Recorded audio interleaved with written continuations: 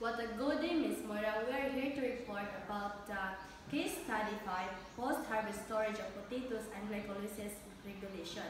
Context: farmers in North America store harvested potatoes in low-temperature environments to extend shelf life.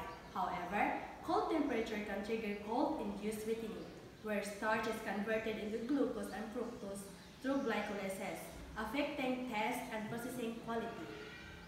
Discussion question number 1. Application of biochemical concept. How does glycolysis contribute to the cold-induced sweetening in stored potatoes, and what enzymatic changes occur?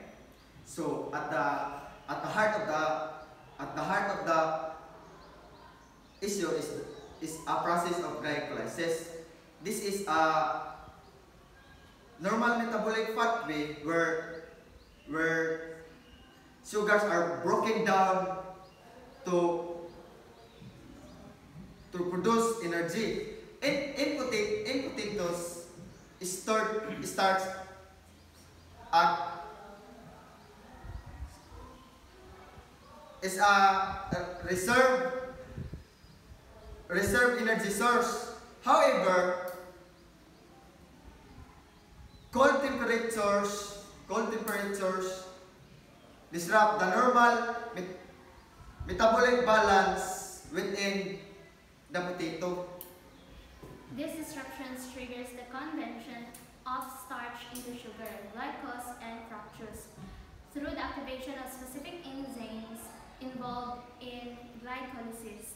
These enzymes normally inactive and less active in typical temperature and more active in cold, accelerating the conversion of starch to sugar. The resulting increase in sugar content leads to the understandable sweetening. Research focused on identifying the precise enzymes involved and understanding how could the temperature affect their activity. So, relevance to agricultural applications. How can farmers and food processors mitigate the effects of cold-induced sweetening to maintain potato quality? So, mitigating cold-induced sweetening. There are several strategies are being explored to combat this problem. So, it had what we call gas or controlled atmospheric strategy.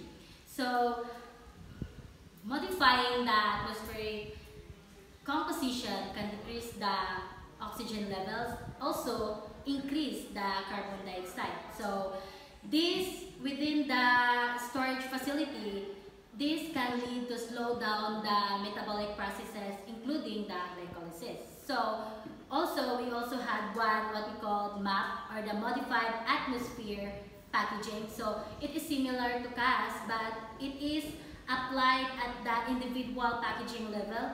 It helps maintains the specific atmosphere around the potato. And the third one is genetic modification. Researchers are investigating genetic modification to the potatoes variety to reduce the sensitivity to cold-induced sweetening.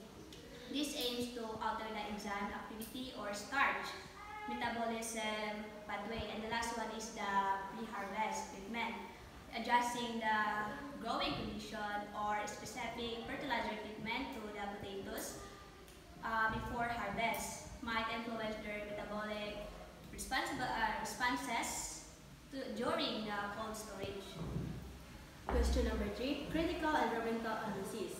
What are the economic and sustainable implications of cold storage for large-scale potato farming?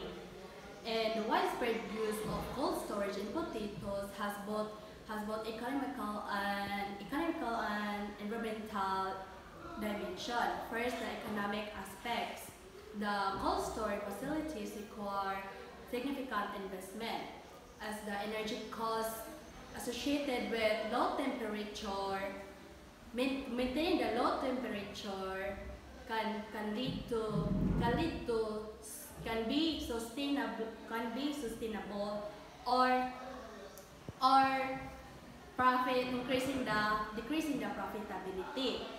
And the loss of sweetening due to the loss of quality due to sweetening can be impacted the profitability also, and it can impact the farmers from marketing. So the last one is the environmental concern.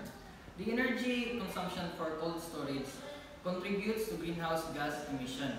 The use of refrigeration system often relies on refrigerants with high global warming potential, adding to the environmental footprint.